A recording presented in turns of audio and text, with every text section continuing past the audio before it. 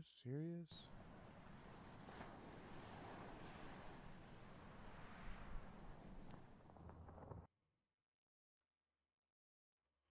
You dream you're back on the Temperance. Wake up, shaken.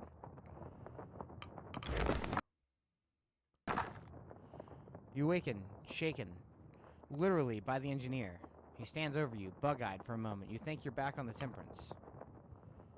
What's going on? It's Cordell. Get up. You peel yourself from the sleeping bag and get up. There's food and supplies missing from the stores. I think she's trying to make a run for it. Are you sure? Lead the way. The two of you charge out of the tent into the snow. I found tracks heading up towards the mountain pass.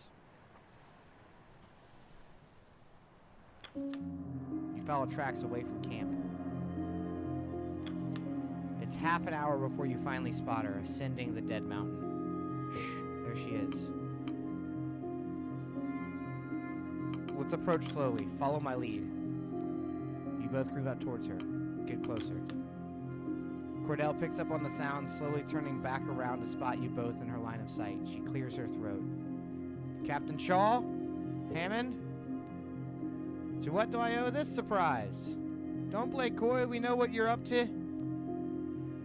Then you seem to be several steps ahead of myself. And what am I apparently up to?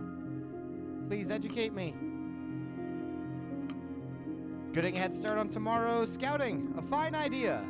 A fine night for it, yes. And a fine story, but I don't think either of us believe that's what I'm doing. Stanberry's expecting.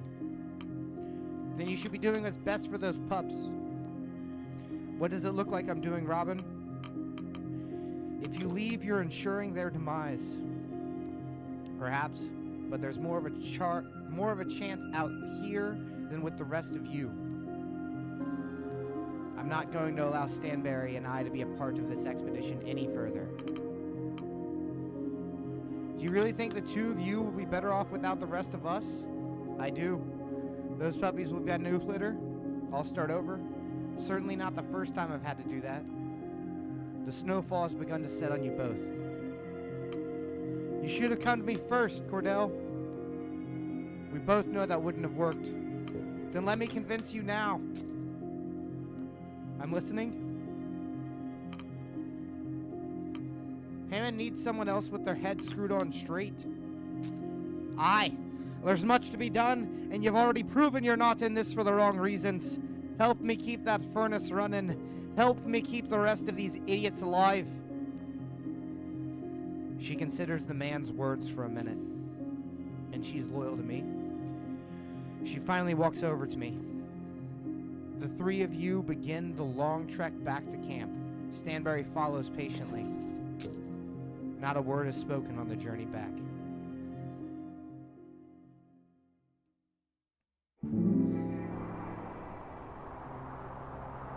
Week 39. Land. Kasha, careful!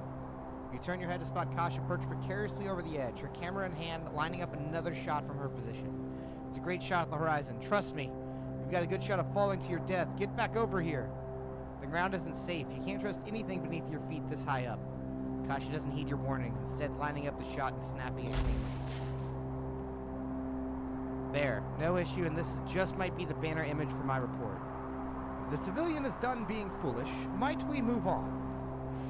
Kasha nods and turns back around to join the rest of the crew, only for her to slip on the ice beneath.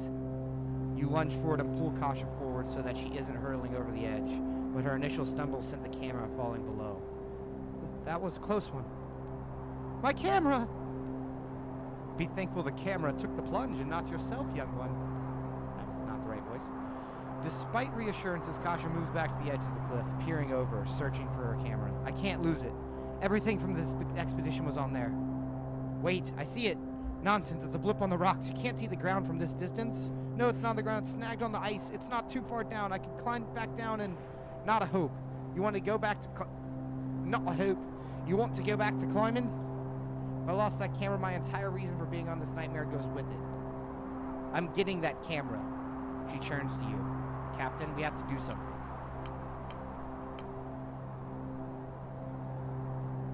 No. No? What do you mean? I'm not letting you put yourself at risk for a damn camera. Stay here, that's an order. But my photos. It's just a camera, Kasha. You've still got your notes. My notes aren't enough. The world needs those photos to believe this. Aren't they? You all have the testimony of the rest of us. The story comes from you, not that machine. Aren't they? You all have the testimony of the rest of it. I said that. Kurt steps forward. I'll do it. Fine, but be careful. I'm coming too. This is my fault. You'll be safe with me. No, I meant the man with years of bloody climbing experience. They don't listen.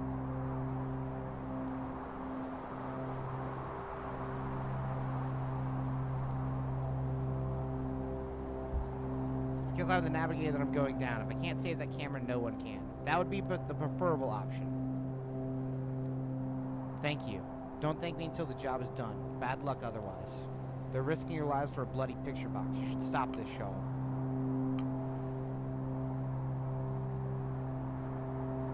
Get back here this instant. That's an order. I'm not crew and you're not my editor. You can't order me around. Oh my goodness. Kurt and Kasha begin to slide down the wall of the cliff at a steady pace. Kasha keeping her eyes on our camera at all times. Easy now. Easy now. You can do this, Kurt. Reassuring yourself isn't very reassuring to me, you know. Okay, I think I get it from here. Think? Both of you, please don't make any rash movements. She collects the camera. And there we go. Now get back up here, you madman.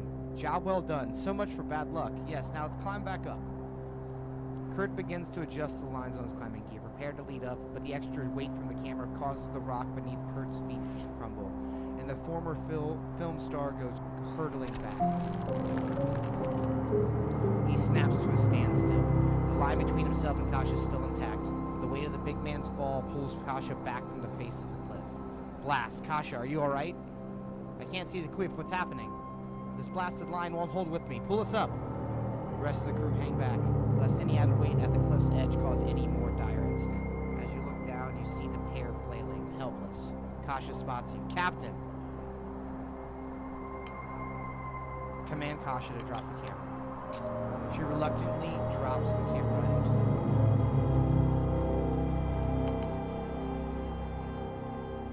Command the crew to start moving them up.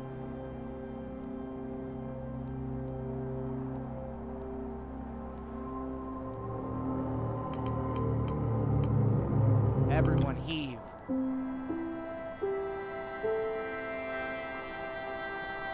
Don't laugh, that was terrifying. We made it out all right, I think. Still, that was, well, just like the movies. Yes, it was all quite daring. Might we move on? I'm glad that you both made it out. I was so worried. Can't believe the show business fake would be actually daring. I barely believe it myself, but it happened. And believe me, this will be a full-page image in my report. Ah, I don't require the credit. Stop the foe humble. Kurt, you're allowed to be proud right now.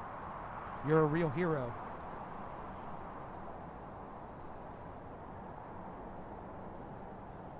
Well, they're both safe.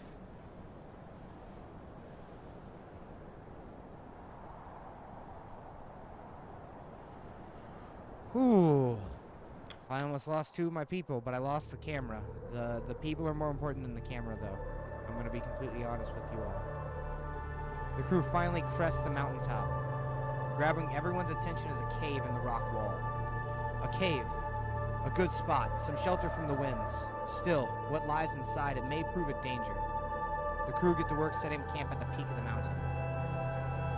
Camp is set up. Oh man, that was gripping. I did not want to lose anybody right there. Captain, it's just my luck, isn't it? To make it this far and to lose the camera at final hurdle. We should be grateful nothing more important was lost. As Kurt approaches, Kasha lets out a small chuckle. Yes, that is the bright side, of course. Your life is much more important than that camera. Yes, still, would have been nice to recover it. Of course, I'm not taking this for granted. Ahem, there is something I should say. Past comments I made. Forgiven? Well, allow me to apologize first. No, I understand now. You can't convince me to lie in my report. I'll tell the entire truth. I understand. And the truth that Kurt Darling is a true hero. You needn't say that. I've caused my fair share of trouble in this expedition. Yes, and I don't intend to hide that from anyone either. But your heroism is more important to share. What did you tell me about inspiring others? Thank you. I can only hope another young Kasha Belford reads my report. You deserve to be commended, Kurt. We don't deserve anything, Robin.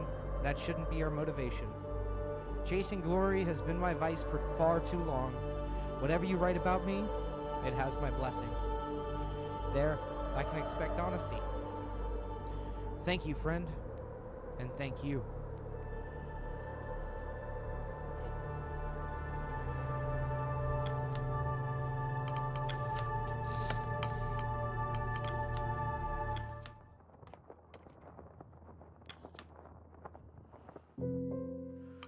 Templeton has a request. Captain, it's time. We're at a crossroads and a decision needs to be made. We both raid the cairn. We know the location of the discount lies in this cave. We are this close. Our mission lies in wait.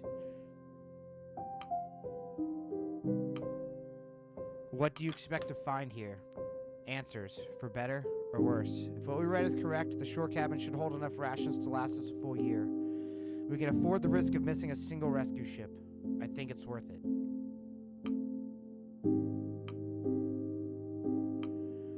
You're right. We can't turn away from this opportunity. Indeed. You should inform the crew of our movement as soon as you leave this tent. I know you will make the right call, Captain.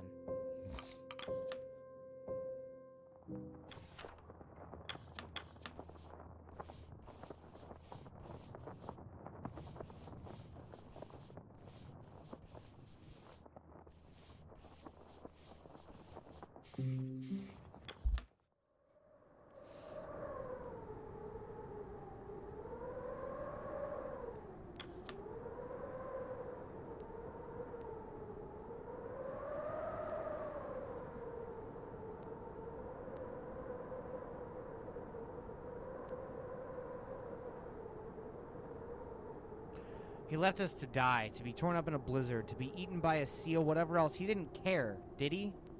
You don't know what you're saying. I know Hunt better than you, Junior. The captain would never... He's not our captain. What?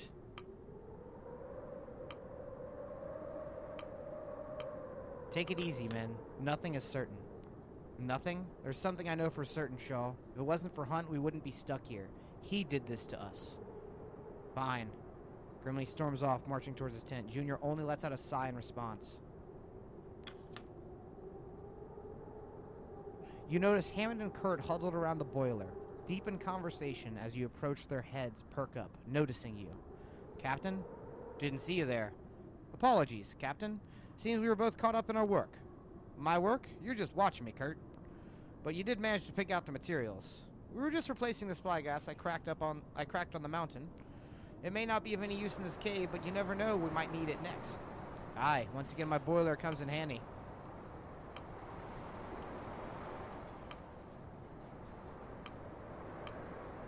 What do you make of this cave, Kurt? It's an odd one, no doubt. A lot of questions we shouldn't be answering. Our priority should be get to shore, not go spelunking. Coming from you, isn't that the point of your shite films? Upon hearing that, Kurt puffs out his chest. Oh, so you've seen my films? Just the one. And what did you think? Pure bollocks.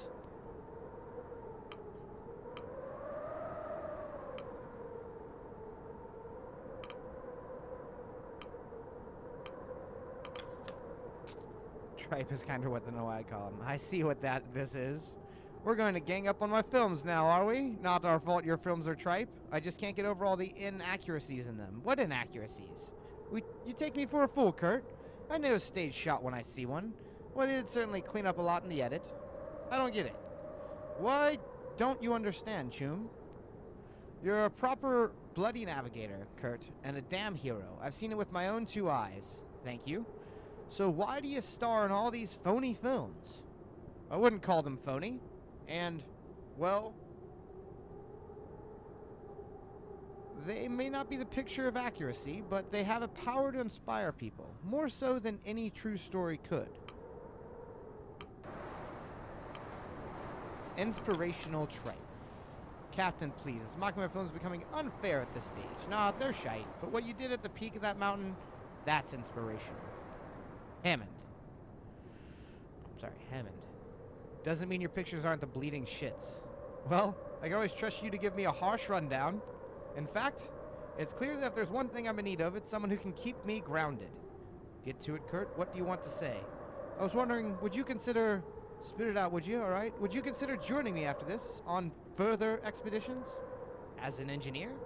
Yes, but also as a level head. I need someone like you. I'll think about it, Kurt.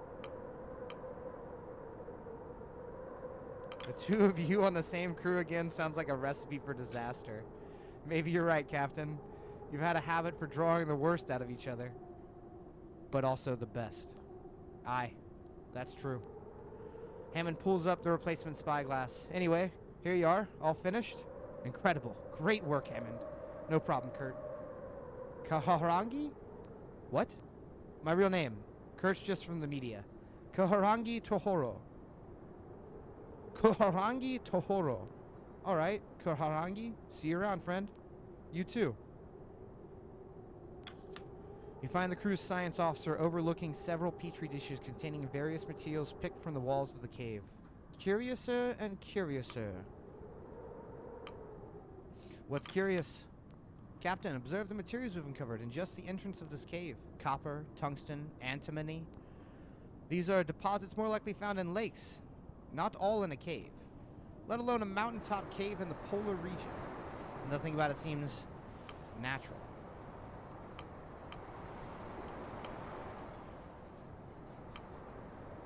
I don't like it either. Captain, may I ask you a question? Go ahead. I've assumed you must enjoy my questions at this stage. You keep humoring them. Well, regardless, we have been working together for quite some time, and in that time, I have been able to evaluate you. After assessing your abilities and decision-making, I can safely conclude that you are more than capable in your role as captain. As such, I would like to offer you a job. With the Apperton Company? Yes. Who else? You have precisely the right set of skills to make you a valuable asset to the company. It's time I told you the truth of who we're working for.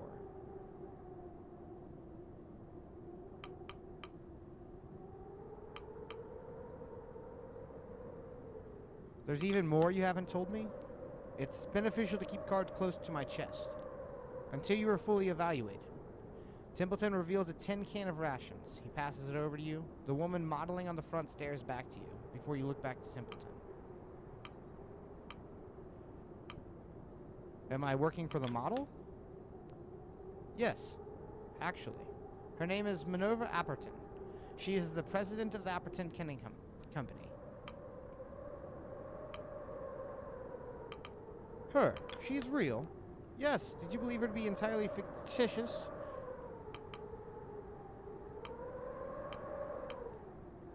I had a curious dream she was involved.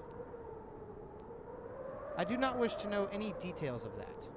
10 foods is perhaps the lowest priority with the company in today's age, as you can likely tell by the shoddy work on our rations. Instead, Lady Apperton is focused on turning her company into the only option in commerce, which is why she sought after the expedition of the Viscount. She's interested in what the Viscount found on the ice. And just what did they find? No doubt there are several details Minerva has kept hidden from even myself, but I will tell you what I can. The original expedition of the Viscount was carried out by the government. A race to find the southernmost point of the world, charter it out in the name and glory of science. But upon arrival, it appears they discovered the same strange environments as we have, and as they chose to investigate instead of heading back. And contrary to legend and hearsay, it wasn't the cold and the starvation that drove the crew mad. It was what they found that took their minds.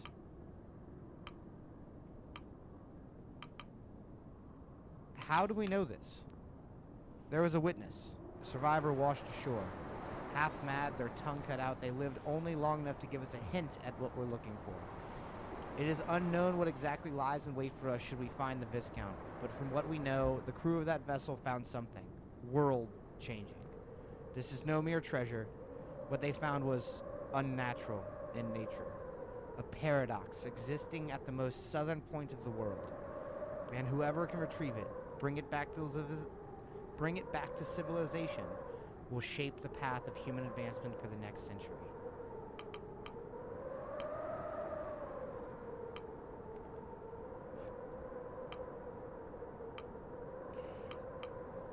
Hearing that, I believe I'm being underpaid for a mission of this magnitude. Yes, I can assure you a greater rate of pay should we be able to recover the secret of the Viscount.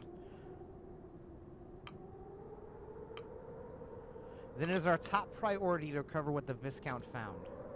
Precisely my thoughts, Captain. It is good to see we are both of the same level mind. And I have told you all that I know. Please leave me to my research. You turn, but Templeton speaks up once more. Oh, Captain. You never especially responded to my offer. Do you wish to work with the Appleton Company after this? I will take it under consideration. See that you do, Captain. You pass the tent and are quick to notice what's going on. Kasha, the intrepid photographer, standing close to the doctor, their faces pressed closely together. She's alerted to your footsteps and opens her eyes, which quickly widen as you're spotted. Quickly, she and Nutley pull away from each other, their heads nervously swiveling around the net, Nutley letting out a punctuated cough. Captain, you could have cleared your throat or something. We were just, sticking together for warmth. A clever decision. Yes, quite clever. Very, very clever. Yeah, that's to be doing that. No, it's definitely what we were... Arthur, I think our good captain was joshing us. That or Shaw is quite dense, and that would be a greater issue for us. Congratulations, both of you. Oh, thank you, Captain. We should be thanking you, Shaw. Placing us together in one tent for a year certainly fostered conversation.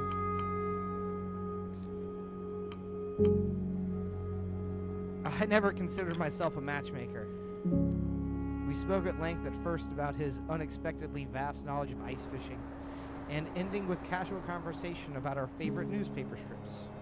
Well, it wasn't entirely casual. What do you mean? I knew you didn't notice. Notice what?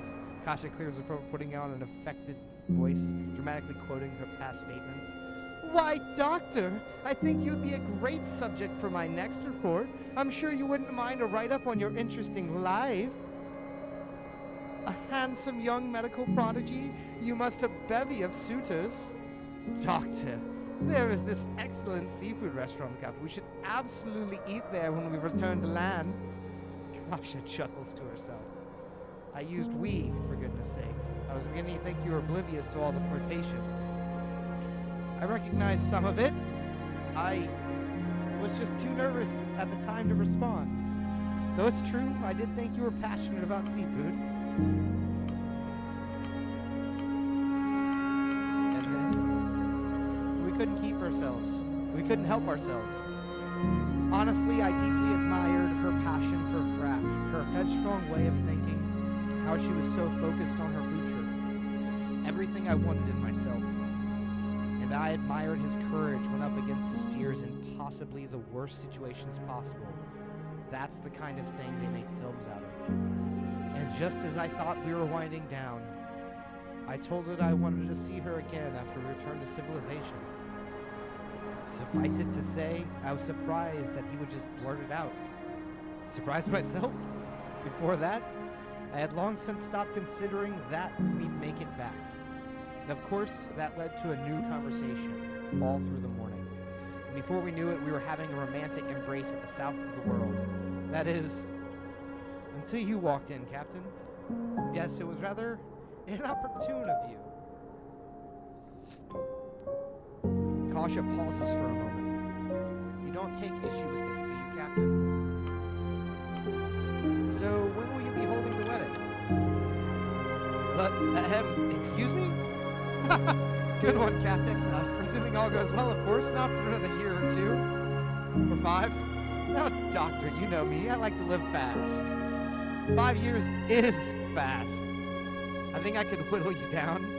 I'm joking, of course. It's far too soon to speak on that. Well, forbidden or not, we're at the end of our journey here, I hope. Matters of the crew are in the past. To sail home with Kasha, well, it's something to look forward to. Agreed. I wish you both happiness. It's what you deserve. Thank you, Captain. And now, if you'll excuse us. For warmth, we found love on the ice. What matter? Concerning your report. Put simply, I have a story for you to include regarding who I am. You're a kennel master. That is true, but not the whole truth. Well, this is sudden. I have been curious about your past. I have no doubt you were. Cordell turns to Kasha as the reporter quickly scrambles to gather her notepad and pen. Now, I'm certain you have heard them all call me Lady Cordell.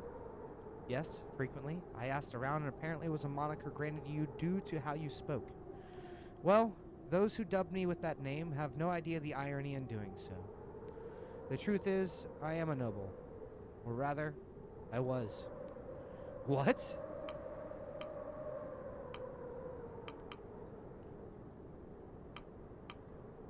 I suspected you might have had an upper-class background. Your suspicions have not done you wrong, Shaw. I was born and raised within nobility. I don't mean to call you a liar, but that's just a big claim. Ingrid Cordelia Weston. What? You keep your ear to the ground often. I'm sure you have heard of her. Yes, actually, she's a distant relative of the monarchy. Had a seat as an MP for a brief period. Went missing unexpectedly. Well, I am Ingrid Cordelia Weston. I have all the proof I need to show you. No need. I believe you. You do? It would certainly be an odd thing to lie about. I assume you are aware of the political system, Kasha? To no end. Researching it was possibly the most dull and harrowing part of my last report. And yourself, Captain?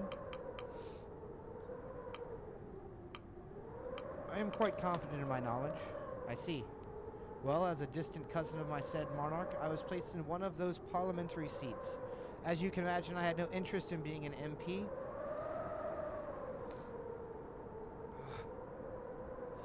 My aversion towards human interaction was no different in my youth.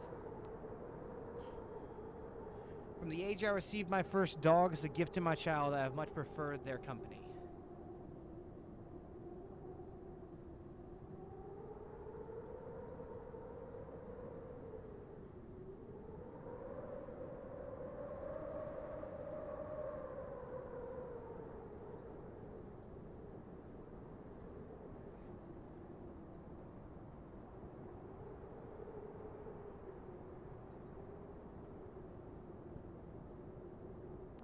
Surely, there was once a time when you weren't such a recluse.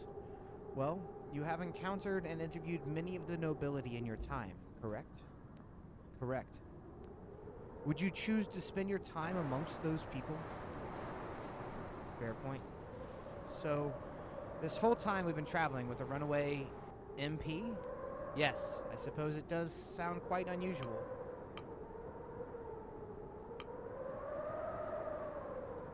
I've learned not to be surprised at this stage, but why did you leave?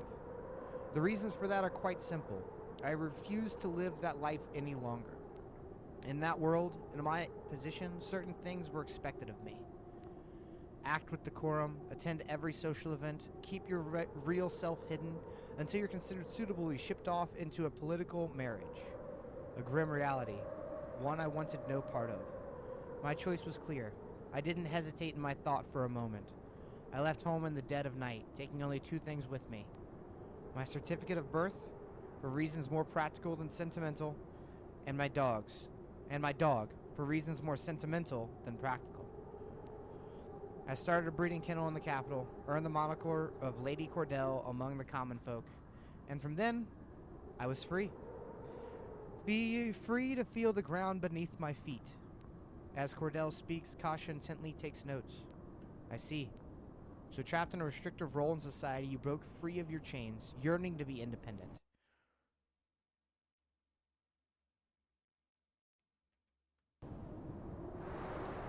suppose, yes. Just like a wild pack of dogs, able to roam free. Please do not include a surface-level poetic interpretation of my actions. Poetics are my calling, but okay. I still don't believe it's a tall tale. Oh, shit. Believe what you will, Captain, but all I've said is the truth. Thank you for sharing, Cordell, but have you shared this with me? Why now? My report? You'll expose your identity to everyone. Why would you allow that? Because I trust you to tell my story, and I no longer have anything to hide. Thank you. I promise I won't let you down. I'll tell the whole truth of your tale. I know you will, assuming you leave out that tripe about wild dogs. And yourself, Captain.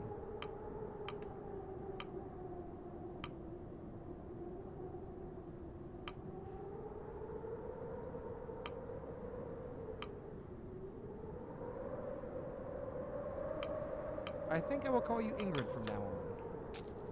I think you won't. I suggest you don't. Ingrid, Cordelia Weston is quite the name. Regardless, my name is Cordell. I suggest you refer to me as such. I will, even if the captain doesn't. Thank you, friend. Do not mistake this for closeness. I simply trust your credentials enough to consider you a professional. Cordell? Oh, but you're welcome, friend. You turn and leave Kasha and Cordell. The view to shore. You look out across the ocean. No, I'm not abandoning the mission. You notice that the compasses are pointing directly towards the cave. Forgo the rescue ship to search for the Viscount. Forgo rescue to complete the mission. The dark cave network revealed itself into an opening. I approached the light.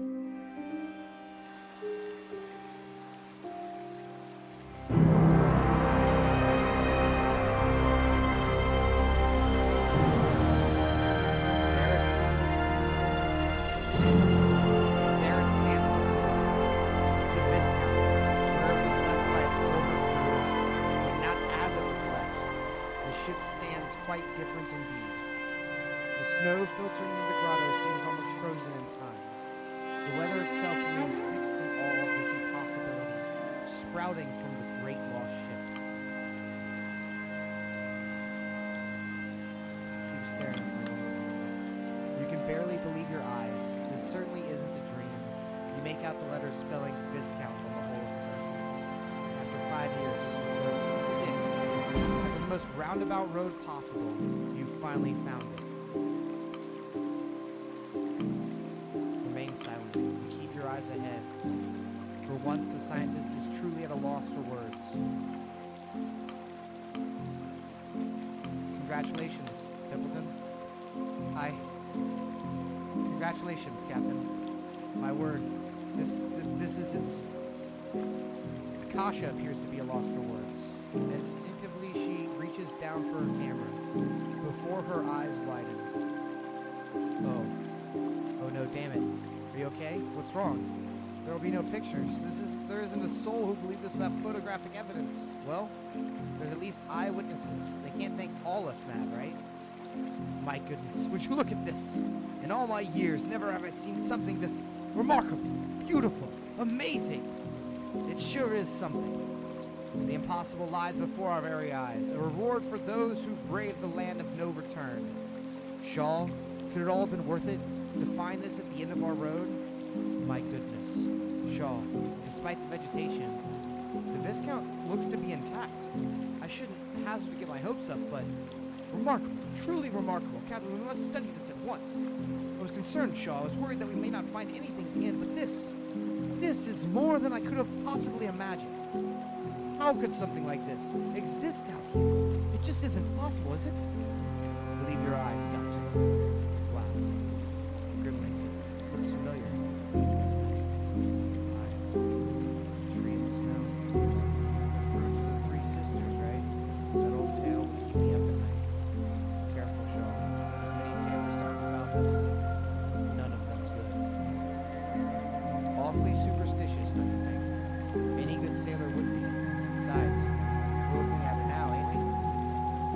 What the fuck? Am I seeing things here? You are not. fucking joking. I know. This tree. Tree? I don't give a shit about some bloody tree. What? Then what are the discount? Look at it. It's seaworthy. You know that from a look? I know every inch of it. It's just like its twin. We can sail this. Captain, this truly is a discovery for the ages. We need a moment to collect our thoughts. Under no circumstance is anyone to touch the boat. For all we know, that plant can be poisonous. We need to practice extreme caution. Well, you're the botanist, aren't you? Take a look at it. Bark, bark, bark. Jeez, Stanberry. Stanberry, please. I am no expert on plants, but something about that thing unnerves me. Don't trust it for a second. We need a proper assessment of that tree. Templeton? Agreed. This is what we came here for, Shaw. This is the fruit of our labor. Well, we should not lose focus. The crew get to work setting up a makeshift camp on the side of the ship in the grotto. It's locked.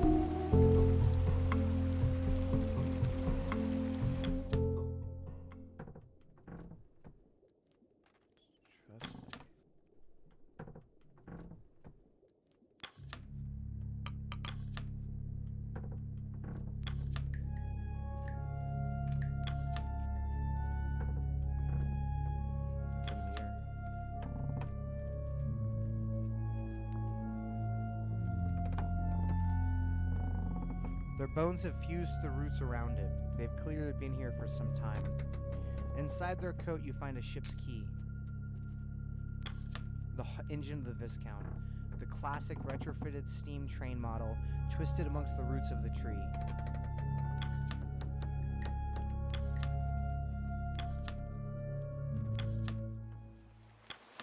You unlock the door with the captain's key.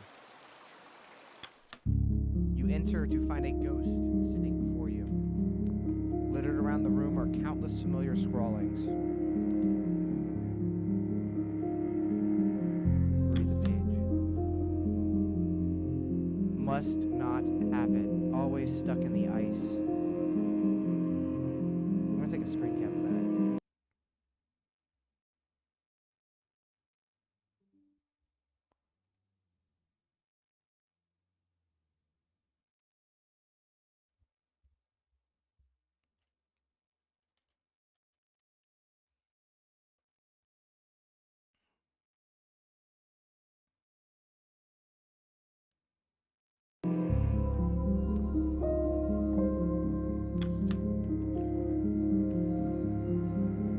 There's a bunch of names. Shaw? Question mark. Oh. Camley. Hammond. Templeton. Anthony. All these people have numbers next to them. I think it's gonna get all this stuff because this is kind of strange, and I want to come back to it. Because in a real sense, I'd keep this page, and I'd probably in the game somewhere, but I'm going to keep it too. In my own thing. So I can look at it when I'm not playing the game. Think about it if I need to.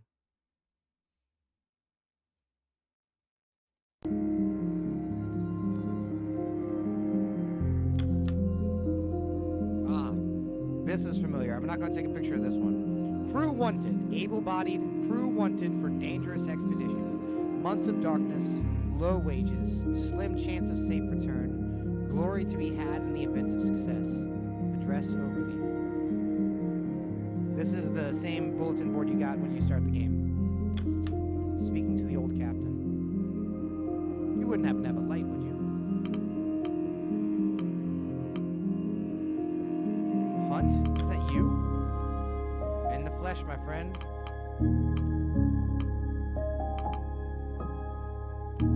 I thought you were dead. Not dead, not quite alive either.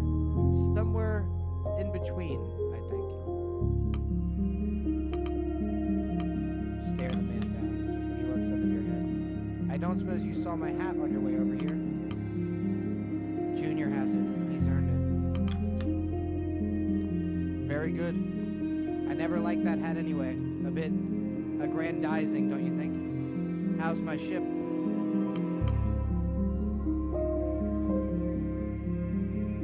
you left it, give or take a few leagues beneath the ice. May the seas soothe her spirits. I hope she puts up a fight. I suppose it's wrong to call her my ship, anyway. Which reminds me, Templeton told you about Minerva, no doubt? You brought it up, yes? I figured as much. Minerva's story is a rather tragic one. Are you sure you want to hear it? Beautiful beyond reproach. You'd swear you'd never seen someone so idyllic. Anyway, the young starlet originally found herself at the helm of an illustrious stage career. Following that came business offers, modeling, advertisements, and of course, love. Well, doomed love. She was widowed, you see, but not before winning the heart and hand of the son of a little tin foods company. How did he die? There was a rumor she killed her husband, but I'm not so sure. Maybe he choked on a peach. It might have taken Minerva the rest of her life, but, well, let's just say the Appertons have their hands in a lot more than tins of peaches these days. This still doesn't explain what she wants with the Viscount. The Viscount's expedition was a government affair. Deduction would say that Minerva would like to keep whatever she finds for herself. Get ahead of the game, as it were.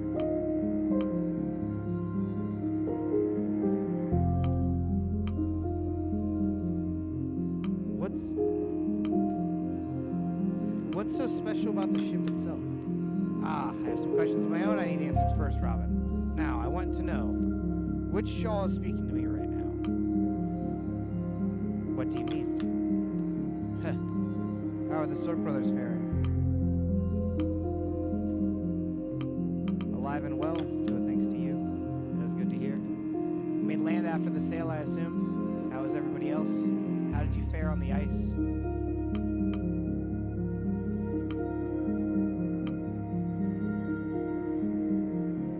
Master attempted to leave the expedition once we made land.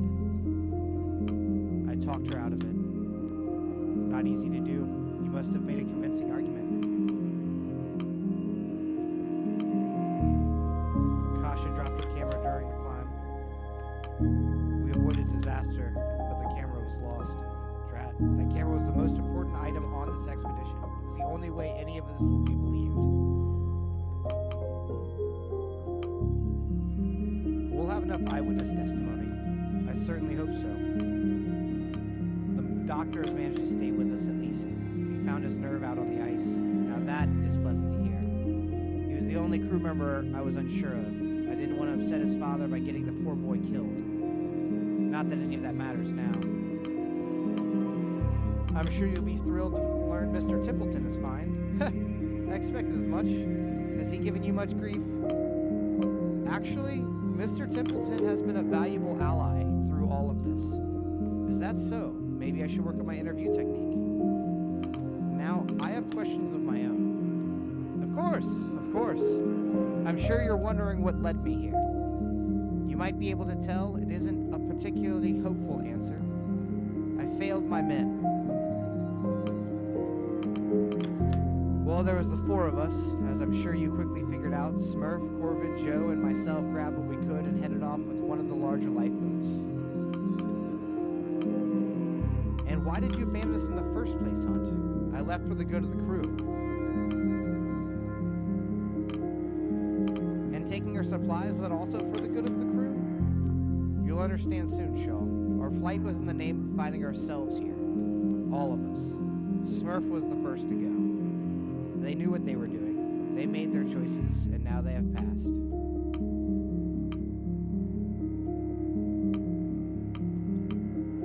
Where are their bodies? They aren't here. He looks wistfully at the table. The custom of the sea occurred. What do you mean? It was Corvid's idea. There was protest, but after we learned the tins were poisoned with lead, we had no choice. There's always a choice, Hunt. The other two argued over partaking. Smurf refused and instead subjected himself to further tins. He didn't last long after that. He turned sour by the fourth day and attacked us, then froze himself. Corv and I made it to the mountain, and then she made the impossible choice. She She offered herself to the mission. The man goes quiet. I can't get the taste out of my mouth, Shaw, no matter what I do.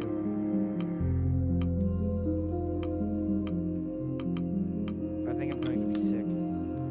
You don't understand, Shaw. Every time this happens, my road always leads here, no matter what. It always leads to this. You've seen that tree outside, haven't you?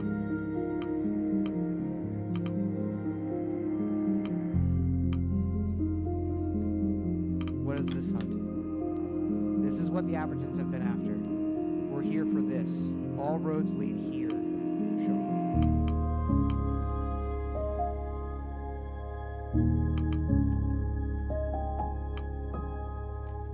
All roads? All roads. I have eaten of this fruit countless times, and yet I'm still here. We have heard the conversation countless times. A different me, a different you, but the same. We keep coming back here. Do you regret your choices, Shaw? I remember you told me the sign of a good leader is understanding. Do you still stand by that? I do. That's commendable, Robin. The worst thing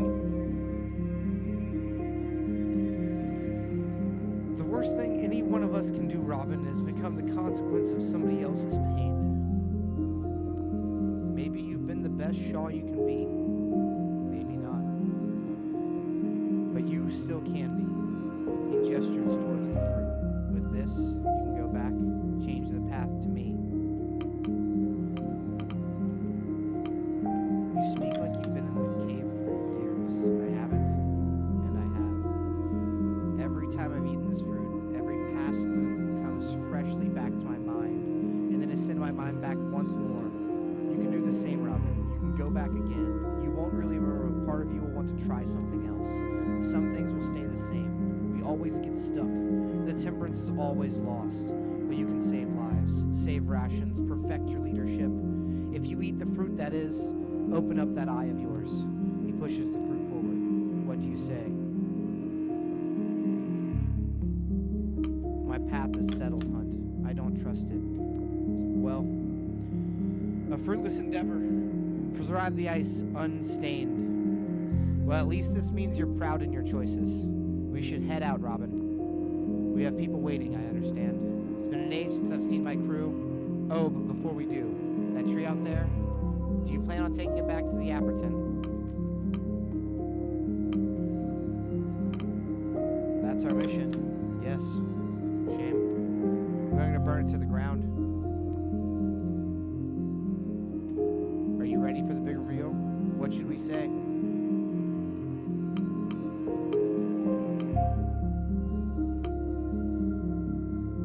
First off, you won't be speaking.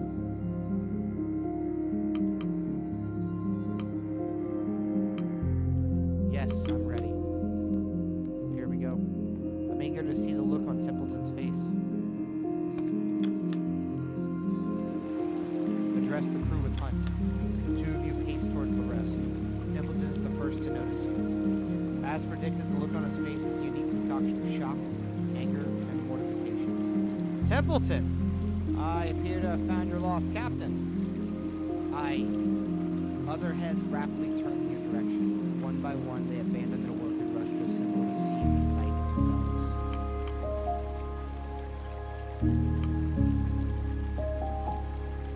We certainly have a lot to clear up before we continue. Aye, that's a bloody understatement. Bloody hell, it's actually him. Walking corpse. The others begin to mutter frantically. Hunt, you're still alive? Ah, the doctor made it. Good. I need you to fix up my teeth. Excuse me? He survived this entire time? I'm going to struggle to convince people my report is true at this rate. This is, quite the shock. Hunt whispers to you. I know the look on his face would be worth it. But, perhaps you would like to clarify our situation. Aye, I'd like to know what happened myself. Gods, is that Grimley? Ha, it's good to see you again. Where are the rest, Hunt? The rest. Smurf, Corbett, Joe? Where are they? They didn't make it.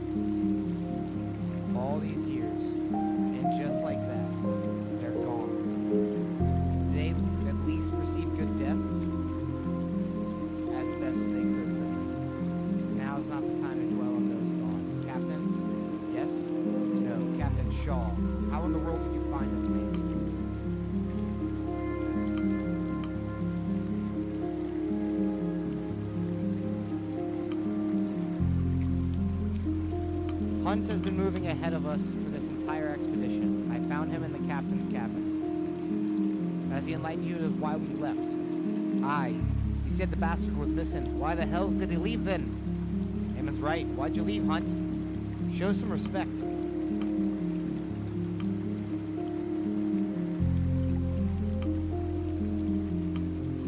Hunt told me his plan was to get ahead of us and destroy the Viscount. Templeton eyes Hunt with venom.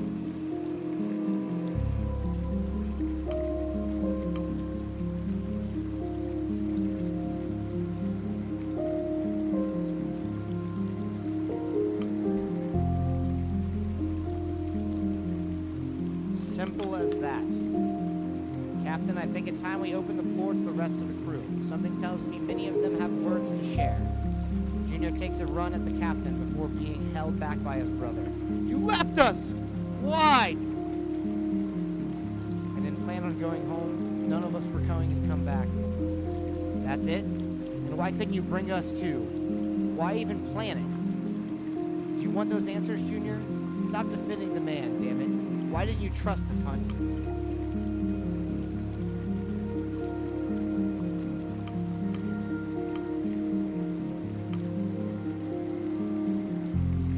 You're lucky he didn't. You don't want to have taken his path.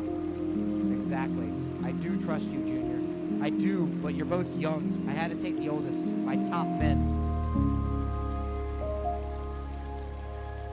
We aren't your top men? Well, that's... After all this time, we had the wrong idea, Grimley.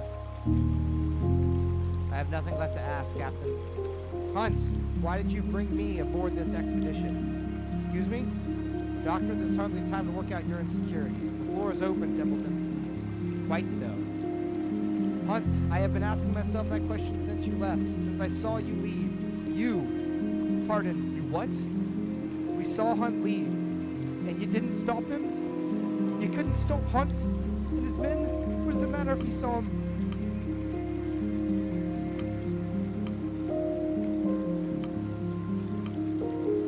It's in the past now.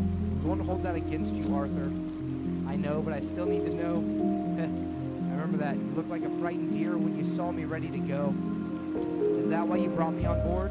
Because I couldn't stop you? Because I was young, naive, easily manipulated? It is, isn't it? Hunt tilts his head in confusion. Hells no! Oh?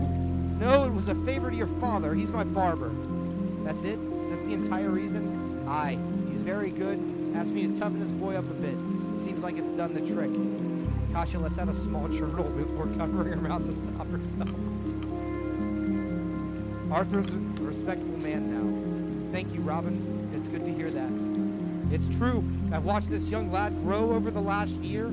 It's amazing how much he's matured. To be honest, I was worried from the beginning that my father was involved, and yet, after all that's happened, I'm actually relieved the real reason is so benign. This entire time it didn't matter. I put more thought into why I was here than Hunt ever did. The doctor has no choice but to laugh at the absurdity of it all. We are getting away from the point at hand. Anyone else apparently requires psychological evaluation? You turn back to the crew to find yourself face to face with Hammond. He darts past you and confronts Hunt. Enough bloody games. You should have gone down with the ship. That's tradition, you coward. Tradition would want all of us dead. Best not to follow that now, I think.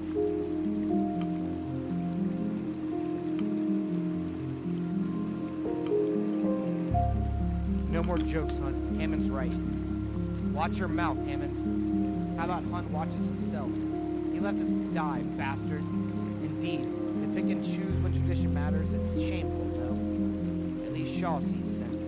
The crew are still looking at you to make sense of all this. Is there anything you'd like to add, Captain?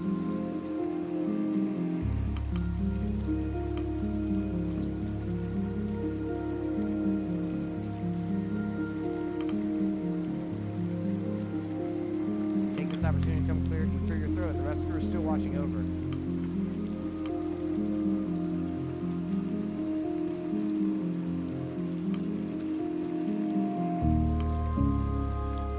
If no one else has any qualms to sweatle, we should move on. We cannot wait around here forever, Captain. This ship, this tree. What is our next course of action? Isn't it about time you told them about the tree? Hunt, what do you know of this? I'm sure you're very interested in knowing. Richard, anyone would be. This is what his name is Richard. This is what your employer seeks. The fruit of this tree, it changes everything. It will change the world. The fruit? Yes. I have tasted the fruit countless times, and I've seen countless paths to this moment. My word. He's truly gone insane. No surprise that the man has lost his mind. Isolation out here. It would happen to anyone.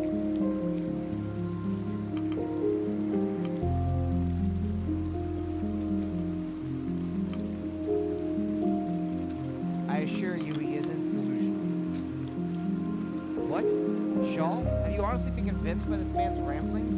Listen to me. The hells with Appertons, they can't be allowed to have this. Nobody should. What are you suggesting? It needs to be destroyed. Burned to the ground. What? Hunt, this quite possibly the most important discovery of age. It needs to be studied. Barring that, you were hired by the Appertons to retrieve it, not inside your own ethical judgment. Templeton is right. Hunt, we have no obligation to our employer. Templeton's right. Hunt, we have no obligation to our employer. Our employer. Regardless, I have the captain's recognition and my word is final. A long silence falls amongst the proceedings. Rufus Hunt, you are not the captain of this expedition. What? Then who is? Shaw? Bah, Shaw's the first mate. That was a temporary agreement. I've returned and reclaimed my role. Unfortunately, Hunt, I have read our contracts quite thoroughly. Timble produces his copy from his jacket pocket. To him, in the event that the captaincy is held in contention, the court course of action is to hold a vote. Any officer of the crew may put themselves forward to claim the title.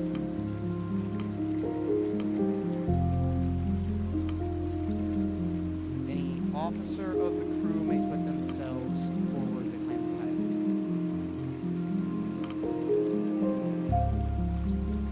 And that's what we'll have. The crew should decide for themselves. A vote? I welcome it. The contract also states that the candidates should put forward their selection for first mate position. The selection of first mate is allowed to make their case to the crew in open forum as to why they should select their paired candidate. Good luck with that. Let's get to it then. Come on, you lots. A captain's vote requires a deck. Board now, and let's end this. The crew tentatively board the vessel. Proceedings commence. Vote for the captaincy.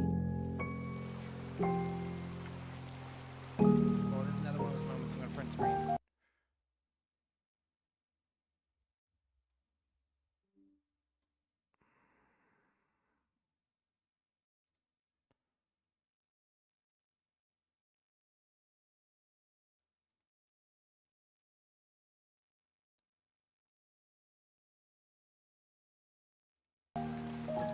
Try that again.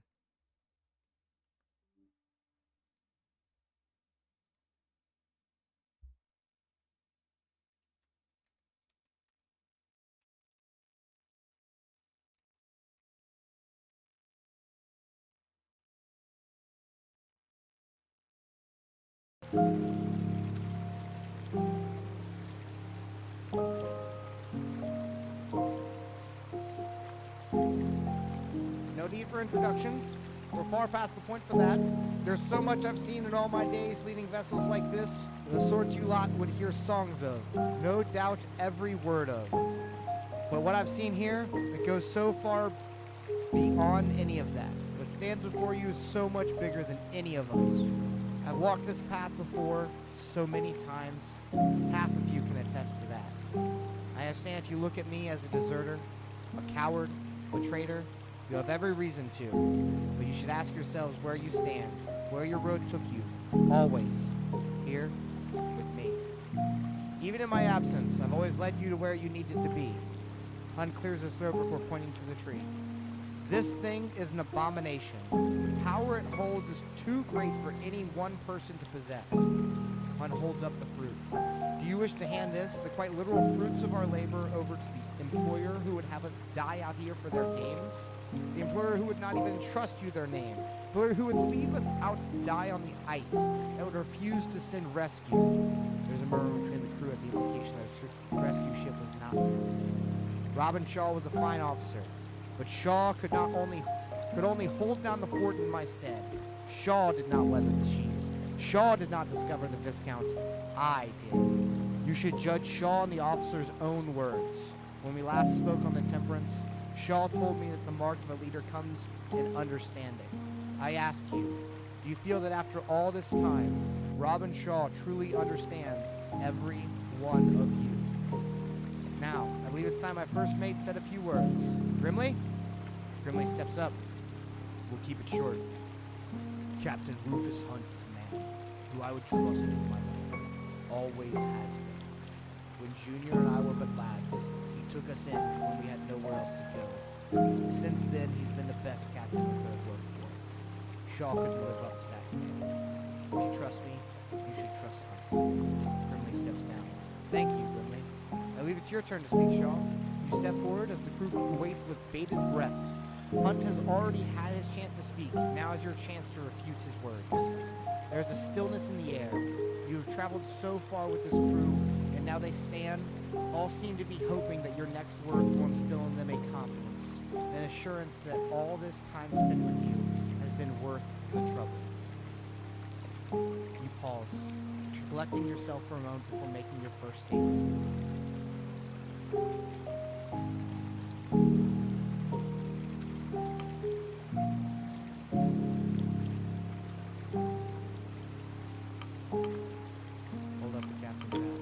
Up the captain's hat, which you have carried with you all this way, and display it before the crew.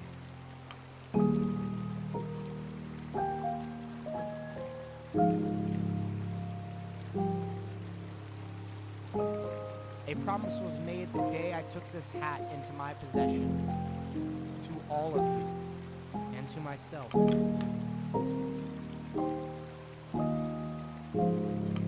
I believe that the key...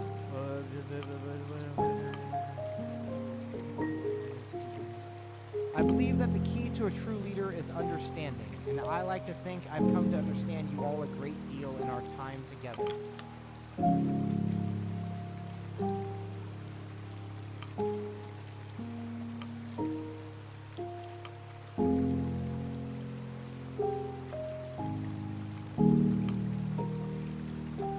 We have come together like a well-oiled machine. I am proud to call you all my crew.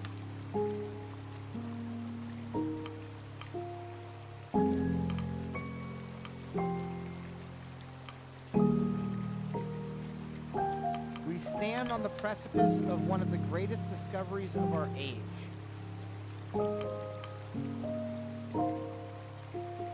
None of us matter. Only what we found matters. This is so much greater than every one of us. A silence falls amongst the crew. Silence in the face of insignificance. The futility of it all.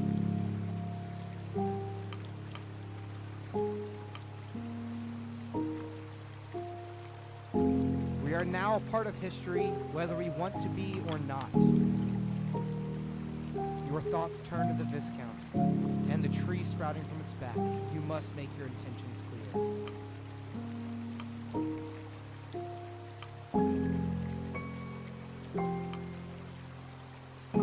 We have the numbers. We can sail the Viscount home, and that's what I intend to do.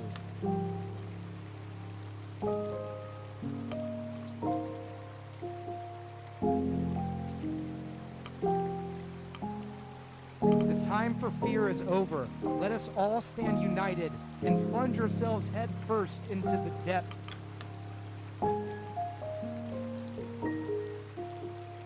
Who will you choose in your first mate to have for you to speak?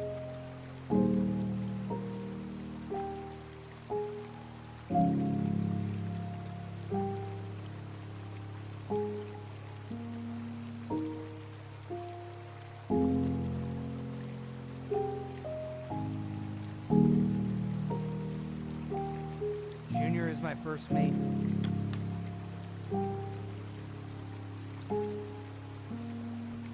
All my life, I have never served another captain other than Hunt.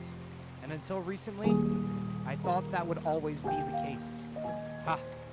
Seems like Shaw made it a mission to prove me wrong. And I have to admit, I was wrong. I look a fool standing here defending someone other than Rufus Hunt, but I'll happily look like a clown if it meant I was finally speaking truth. If I can't trust Hunt anymore, nobody could. And there's not a soul here stupid enough to ever trust a snake like Templeton. Every week, it was Shaw keeping that hush pot full. Every meal you ate, you can thank Shaw for. No one else, not even me. Lads, I'm not going to tell you how to think, but the choice is obvious, isn't it? Junior steps back. Oh man, this game has me in the feels, bro. That's why I don't have the camera on, man.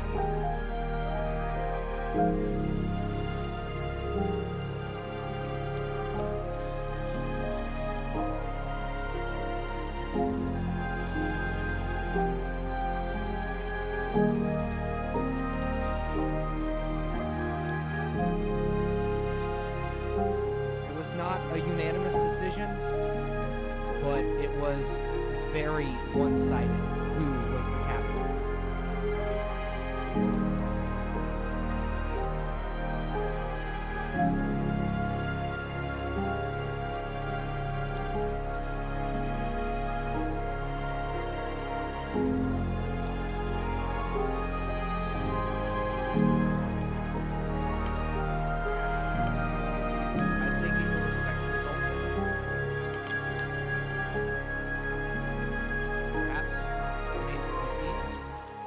Shaw, honestly, I always thought that had a nice ring to it.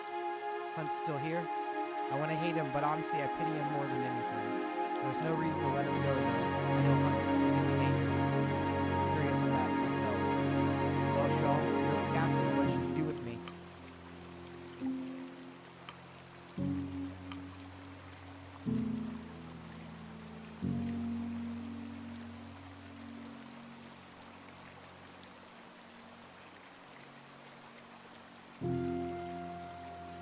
He should answer for his crimes. He abandoned his crew. He is a prisoner. By all accounts, he is a criminal right now. He abandoned every one of these people. Whatever his intentions were.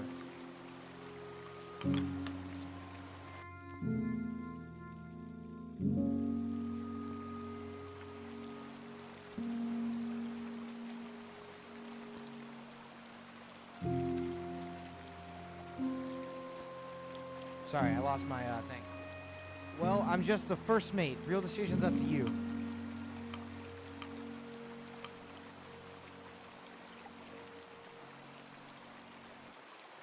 We should take samples from the tree for private study.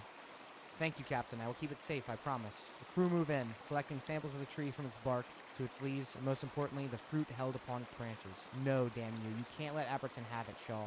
You just can't.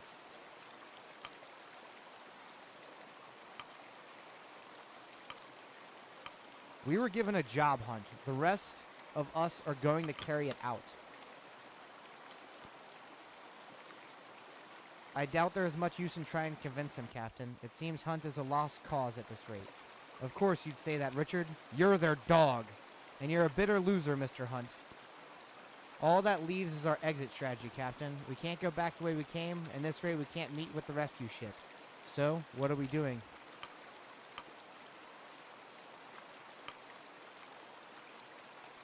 Ready up the Viscount. We're all sailing out together.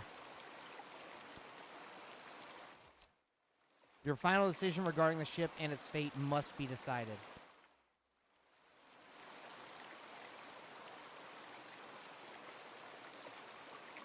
I'm going to speak to Stanberry. Pet Stanberry. I might as well throw any script I've been working on out, Captain. This is far more fantastical than any film.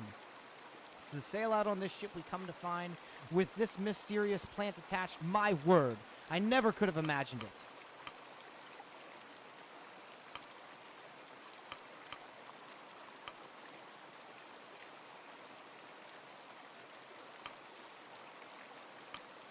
I think you got the story for your next picture. I wonder if we could land the funding. Oh, I just realized my Curious Navigator's just about over, isn't it? We just reached the last great uncharted part of the world. You know, when I grew up reading about the great explorers of old, I always had dreamed I would be the one to plant that final flag. I may be an old man with a limp and no flag to place, but I managed it, didn't I? Ha ha! There's always more world to discover, Kurt. You're not wrong. This is the last great discovery we know, but who knows what's out there? Who knows? Maybe our exploration days are over, and now's as good a time as any to call to retirement. I'd still raise the funding for the field. I can't wait to leave folks like Hammond behind there. Maybe I'll move to theater. There's some stories I want to tell, not about this expedition, anyway, but at home, the islands I left behind.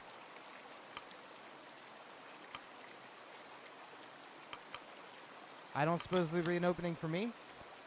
Maybe. I should take all of this as a sign to wind down, shouldn't I? I'll always be in contact if you want to work together again, Robin. I'll make sure we do, no matter the medium. This is it, eh? If you told me when we first got trapped that we'd be sailing out on the Viscount, I would have decked you. Turns out, what do I bloody know? Not much. And you know better than the rest of us. You've proven that enough. Aye, sure I have. But it makes me wonder, what else am I wrong about? What else are you wrong about? Always had a clear head on that sort, you know. Never thought a bloody tree would ruin it.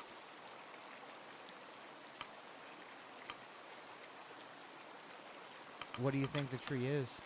Well, it's a tree. Outside of that, Well, it's a tree. Outside of that, I don't bloody know. Ask Templeton. I've served on a lot of ships in my time. Can't get his voice right. I've served on a lot of ships in my time. Never once liked the change in charge of them. Military captains range from self-important... That's not his voice. Military captains range from self-important and useless to drunk. Self-important and useless. Didn't have high expectations for Hunt, and had lower expectations for someone he'd hired. Another thing, I was wrong there. You're alright, Shaw? Another thing, I was wrong on there. You're alright, Shaw.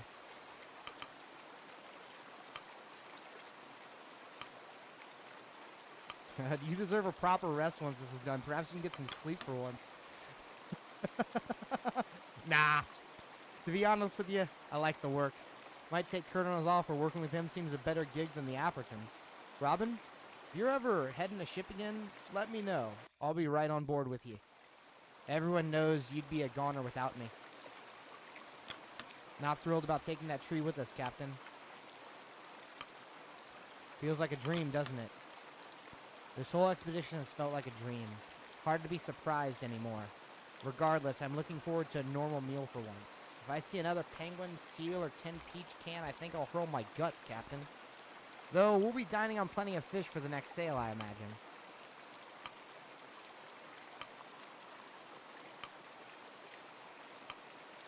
Are you worried about Hunt? Rufus? That man pulled us from a life on the streets. Despite it all, I'm always going to feel bad for him. But I shouldn't owe him my own life, should I? He took his path. Stay in contact, Robin. If you ever sail out again, let me know. I'll be happy to work with you. To be honest with you, Shaw, I'm still trying to wrap my head around this madness. Well, I doubt such knowledge would be out of our hands once we return to land, correct? Still, I suppose we should be proud in our discovery. We wouldn't have made it this far without you, Cordell. Or Crean, or Rosso, or Pascal, or Stanberry. I did not accomplish much on my own, Captain. All I ask is that my criminal be remembered. There will be odds to return to land. My name will be in the papers soon. No doubt I'll be recognized for my past.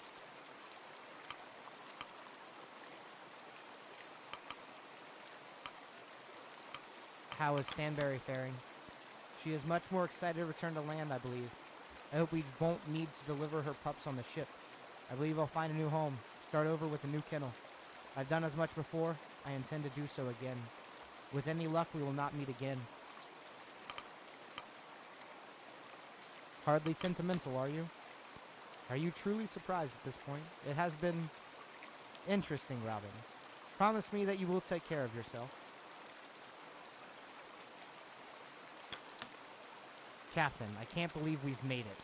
And to sail out on the Viscount, it feels almost triumphant. Kurt is no doubt coming up with the perfect poetic phrase before we set off. You've made it so far. I'm proud of you, Arthur. Thank you, Robin. I owe it to you. You know, I still thought it was all hopeless. Even after leaving you that letter, I had very little faith in survival. And yet, people were relying on me. Captain, I can only hope I didn't let them down. You're a good doctor. You've proven as much several times over. Yes, but there's always room to improve, isn't there? I certainly don't intend on becoming complacent. I never felt good enough to carry my father's name, but now, well, thank you. Keep in contact. If you need a haircut anytime, I'll tell my father to treat you for free. Well, I have a lot to write on or sail back, don't I? I still can't believe this. I'm looking at it and I still can't believe it. Not just the tree, but sailing the Viscount back to land. I'd never believe it if I read it. They'll have to believe it. We're bringing the tree with us. Ha ha ha! Well, you're right there. There's no denying their eyes.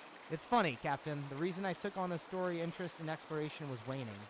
I grew up on the stories of Kurt Darling. These great explorers were like legends to me. I didn't want that passion to disappear. Who would have thought we'd stumble upon a great discovery of our own? What will you do once we return to land?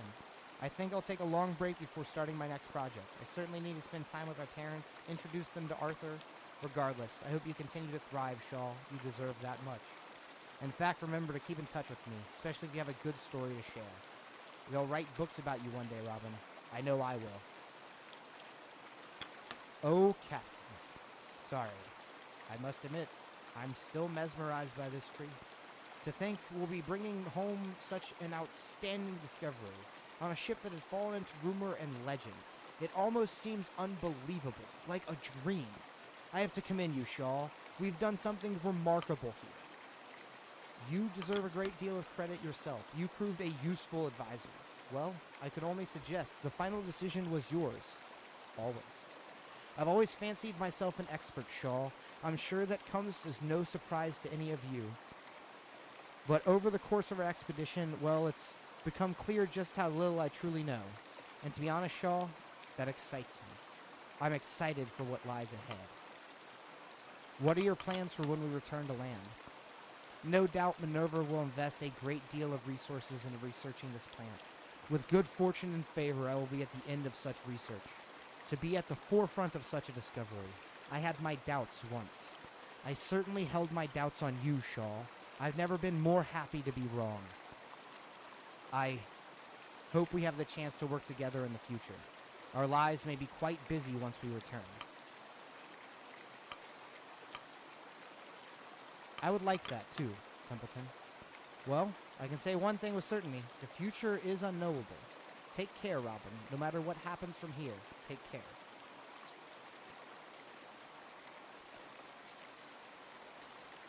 Those are my options. I'm definitely sailing home. 100%. That's my option. But right now, you have the option to also send the envoy to get the rescue ship and decide what's up with the tree, or burn the tree. I'm not waiting. We're going home. We've waited long enough, and this is the discovery that we came for. This tree stands proud. The ship ready to sail. Sail out of the grotto with this Viscount and the tree intact.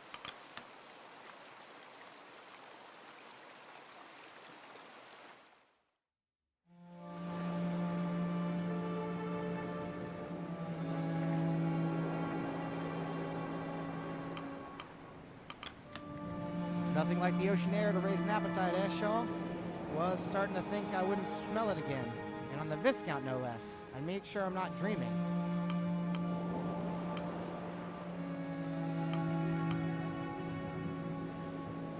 I'm sure you're eager to find your hands on some new ingredients. I'm eager to be able that I didn't have to cook for myself at this rate. Finally, some variety. Junior turns his attention to the tree. Shame that thing comes with the ship. Wish we could have burned it. I know her went mad in that cave, but on this, I still believe her. I don't know why, but I do.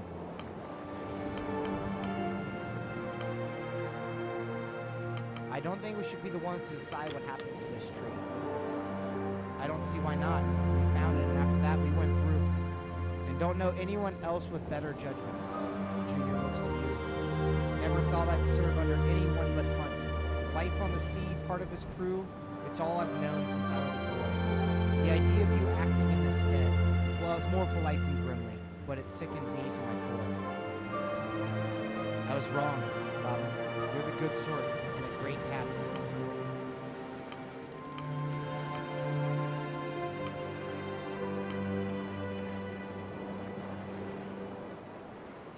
You're the good sort too, Junior. I'm glad we met.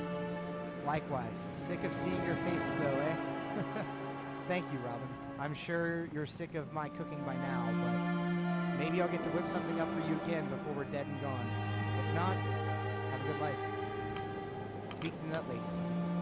Captain, I could not be more pleased to inform you that my seasickness has returned. I never thought there would come a day that I'd be thankful for such a thing, yet here we are.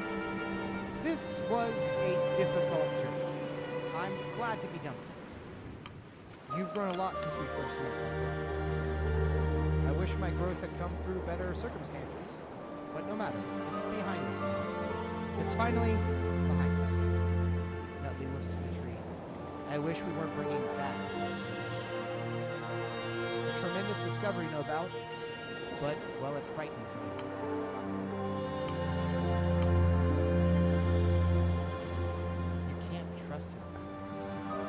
I still think there's something crazy about this tree, but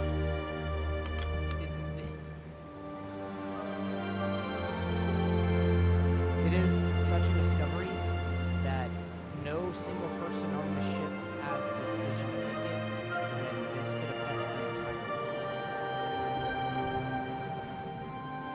You cannot trust Hunt's word. He had gone mad in that cave. Yes, I suppose you're right. Nutley takes in a deep breath. I wonder, when my father sees me again, what will he say first? What expression will come to his face? Ultimately, I don't know. Despite it all, he'll be proud of his son, I can assure you that. Nutley gives a slight smile. You're probably right, Sean. I suppose I'll know when it happens, won't I? We're going home. Thank you, Robin, for everything. If I never see you again once we reach land, I hope you remain happy and healthy until the end of your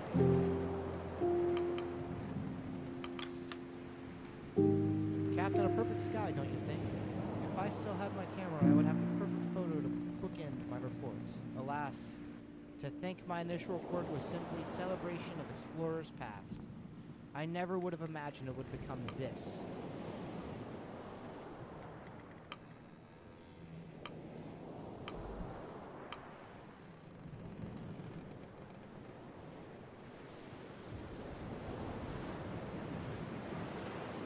Even before our discovery, this was a story for the ages.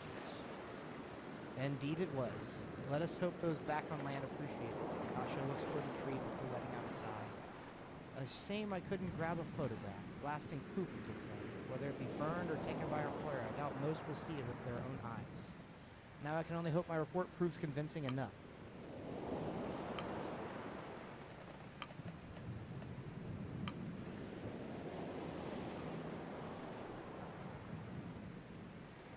I can scarcely believe it myself. That's why your report is so important. Of course, but my writing can only go so far. It only has so much reach. Everyone must know about this. They must know what we found. Kasha, I agree with Kasha. Kasha pauses for a moment in thought. You know me, Captain. I've always been on to take risks in search of the story. But I want you to know that doesn't mean that I don't feel fear. I do. Frankly, I was terrified throughout our journey, but I tried to hide it. I couldn't be a helpless civilian, could I? So, thank you for helping me get home.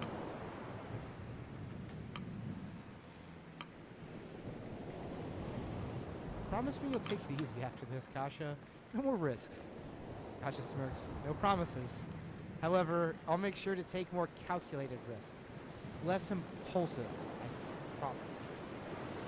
Growing up, I was fascinated with the great captains and explorers of old. I never thought I'd see the rise of the greatest yet.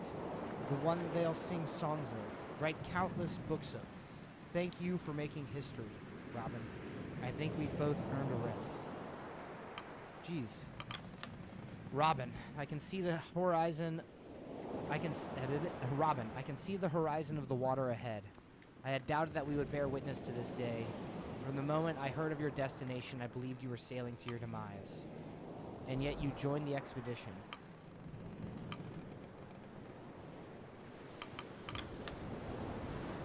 And yet I did. I could not abandon my count, Charlotte. Even were death a guarantee, I would have wished it to be with them. Cordell turns attention towards the tree. I do not believe a word of Hunt's ramblings, yet those in power most certainly will. Well, it is not any of my business.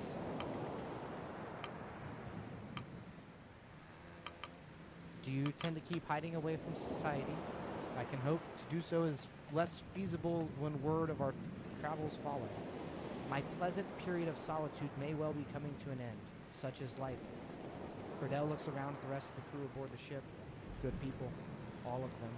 I had not considered this group when I first signed aboard. I did not expect to know them as I did. Oh, get her smile.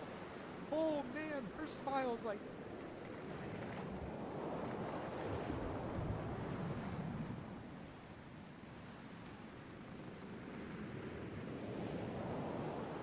I did not expect to know you as I did, Robin. Thank you.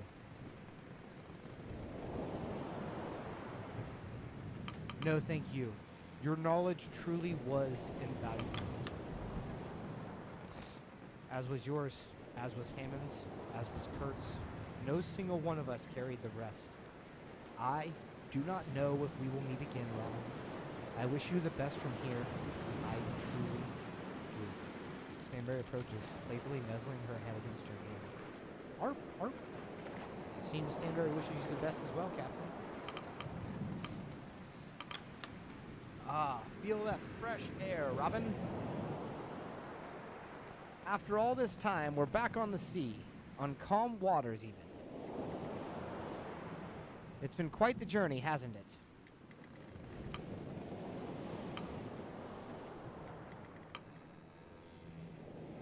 I'm sure we'll make an excellent film someday. No doubt it will, but it will have to be made by someone else. The film game is behind me, Shaw. I think I'll move into theater next. I very much doubt I'll match our discovery in a later expedition. Kurt gazes at the tree. Absolutely magnificent. And I want no part of it.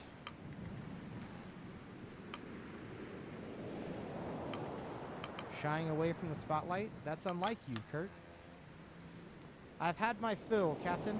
I think it's my time to step back. Never thought I'd see the day. Kurt pauses for a moment, gazing up at the clouds. I have to thank you, Robin. Our journey together has been humbling.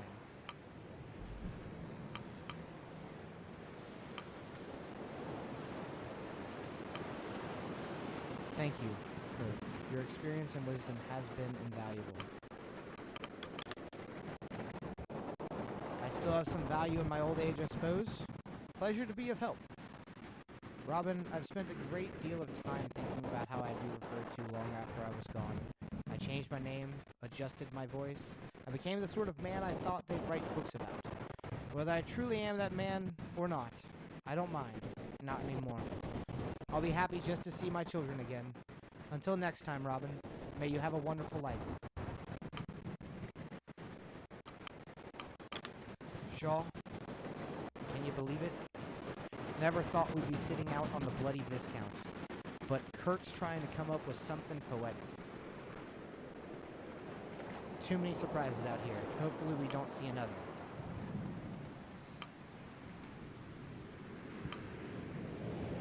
What's a good adventure without some twists and turns, eh?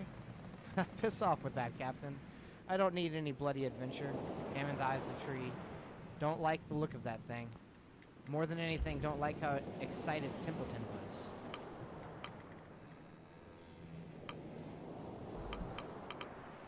Would you rather we burned it? And take this ship with it? Not a chance, Shaw. But keeping that thing to save this ship might be my first compromise. Hopefully, last. Hammond pauses for a moment. I'll be honest with you, Robin. I was so focused on keeping us alive, but I didn't think we'd actually make it out of here. Thought I was just delaying the inevitable. You kept me going, Captain. Kept me busy. If you hadn't... Is that your way of thinking, me? Aye, it is. Never thought I'd say it, but maybe there's still plenty for me to learn. I've learned from you, Captain. I'm able to admit that now. Don't get me wrong, though. Me being a stubborn bastard and still kept us alive. Wouldn't have it any other way. We did it, Robin. Soak this time in. I know I will. Captain, it is a great relief to be on the ocean once more. I remember the last time we stood here, I spoke of the great expectation upon us. It is difficult to say if we fulfilled such.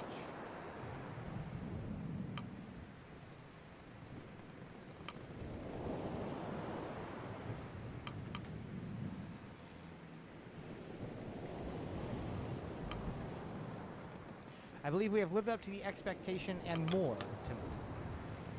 Considering what we have procured, this is hard to deny. Templeton turns his attention towards the tree. What a specimen. In all my years, I never could have imagined. I admit, Shaw, I do not know what our benefactor intends with this tree, a true marvel of science. I do not trust their intention.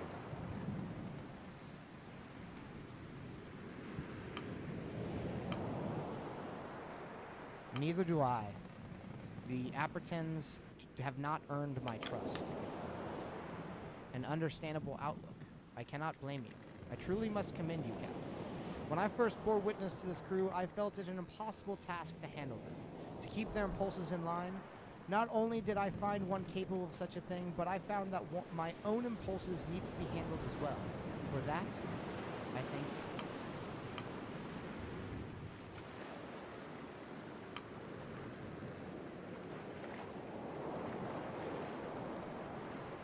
The crew is more capable than you give them credit for.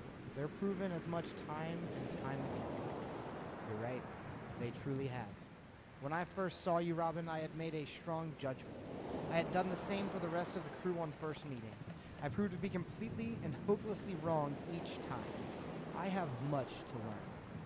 I hope this will not be the last you and I work together. Until then, I wish you the best, Robin.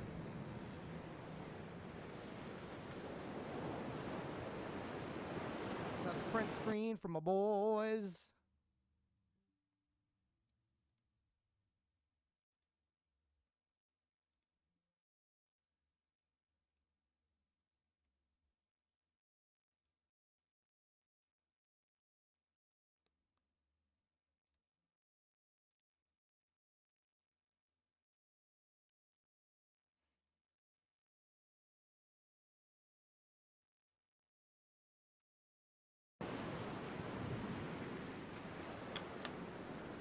Staring out to the horizon, your first mate, Junior, comes up beside you. Well, Captain, what's our heading? Sail for home. And gives a treat in the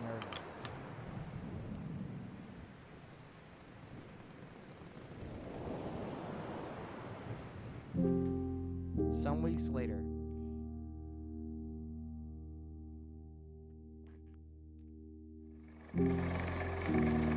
What do you mean? I'm sorry, Belford, we're just not running. I can't turn around and say something like that. I'm at the press right now. This report is ready to go. I know, but we can't print it. This is sure to be the biggest report of the year of the decade, and you're not running it? You approved it just yesterday. What changed? We were contacted. There was some outside pressure. Oh, I see. Let me guess. The Apperton Food Company. They're a prominent sponsor. They're not a major paper, Belford. We can't take the financial hit. To hell's with this. Hells, you're speaking like a salt pork. Fine, you won't print the story, then I'll find someone who will. I'll print it up myself, distribute it from my back garden if I have to. Kurt Darling could sell thousands of books on this. On your head be it, Belford. Aye, on my head be it. I wouldn't have it any other way.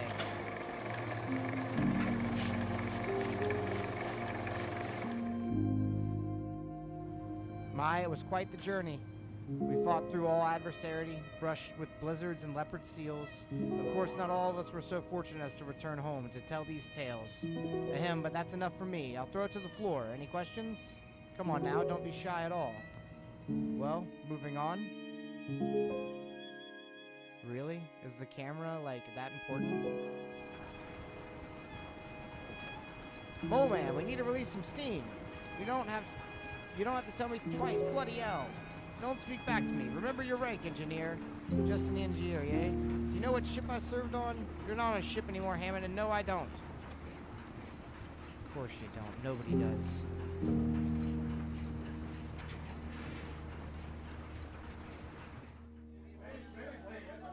All right, who ordered the full fry? Patron raises their hand. Here, Junior, who's the magician? Come on now, can't you see the resemblance with my brother Grimley? I can't tell him to keep it down if you like. Not at all, not at all. He's doing a tremendous job. Ah, you hear that, Grimley? Aye, aye. He always humble.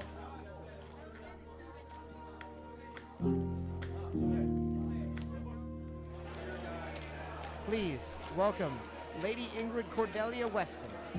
Cordell enters the gala to the shock of many. A dog follows her at her side, the woman gently nuzzling the creature's head. Arf, arf. We try not to get too excited, Stanberry. Lady Weston, what's the meaning of this? Sir, you call me by my name, yet I have no idea who you are. Well, you should know that I was not asking. You cannot bring a mutt with you. How odd. I seemed perfectly capable of doing so a moment ago. Arf! Yes, this way, Stanberry. Many hands to shake, names to forget, that sort of bother. I would prefer to be home before late. The pups need fed. Moves across the room, her faithful dog is there.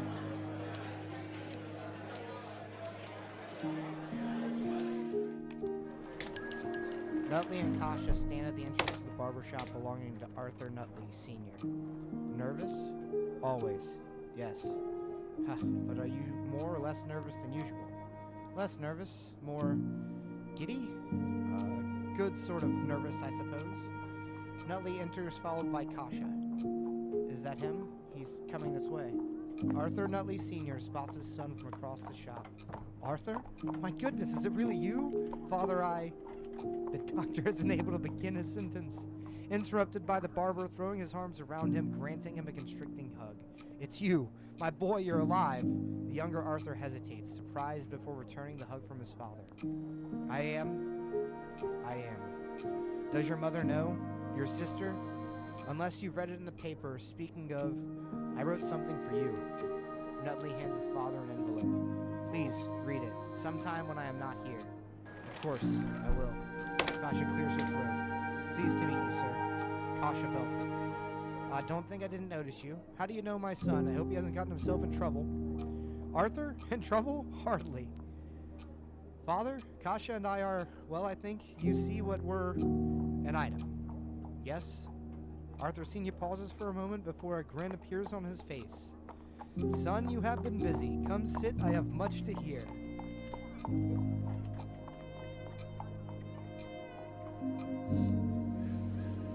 The old scientist ponders the table before him. He lights a cigarette.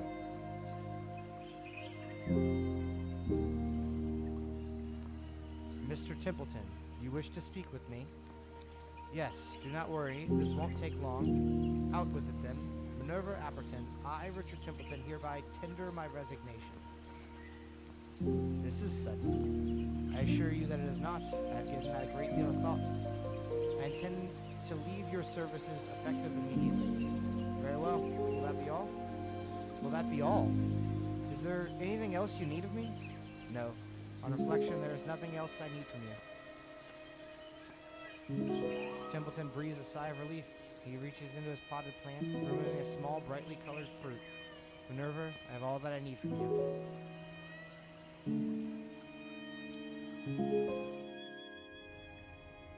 Hunt waits in his cell. The days have passed by as the once captain of the Temperance awaits his trial. This is horrid, isn't it? Not even a neighbor to keep me company. Hunt speaks to himself in the empty hold, his own voice echoing through the walls. Ah, the stories I could have shared with them would turn your hair white. I wonder, could I do it all again? Suppose it's too late now. Hunt continues rambling. Hunt continues his ramblings, not a soul around to answer his pleas. Act 4, survive with Templeton alive and loyal to me. Survive the ice with all crew alive. Survive with Kurt, everybody except for the only person I didn't get to be loyal to me by the end was Grimley. Well, that was my first playthrough. An amazing game. I'm definitely playing it again, and this time from the beginning on hard mode, and I will narrate from the beginning. My goal is to get at least Grimley on my side again this time, so I can at least get that achievement. But wow. Oh, the air was cold of flake and white. A captain made a pledge.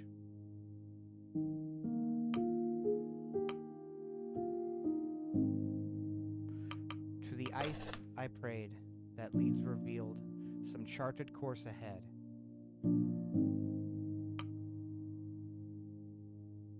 To the souls around who brought me here, beyond this polar's edge, a hunger drew the desperate here.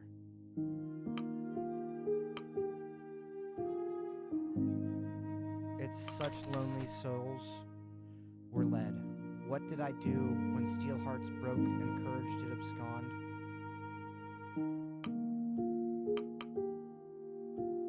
I've led these souls, so help the gods, out of the pale beyond.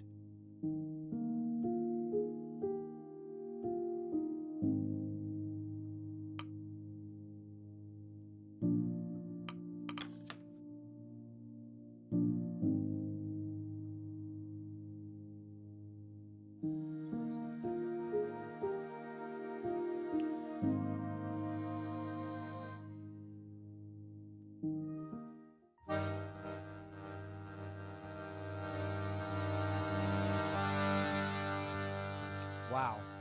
I just sitting in amazement of that game. Because, yeah, 1 second. This game, absolutely breathtaking. I will be full on with you. That is my recommendation. I plan on putting this video up on YouTube under Aerogwin, my name there. And then also put the VOD up as well so you can view it. But I highly recommend, if you have not seen or heard about the Pale Beyond, find it, buy it. This company deserves your money, man. They made an outstanding game that made me cry on multiple occasions. The story, the characters, the people that you interact with, all the way to the bitter end.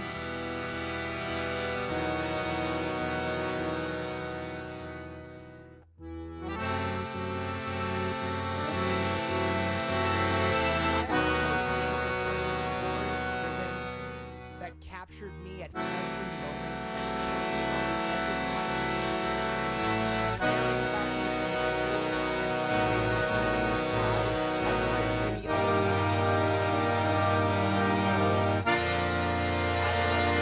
Out there. This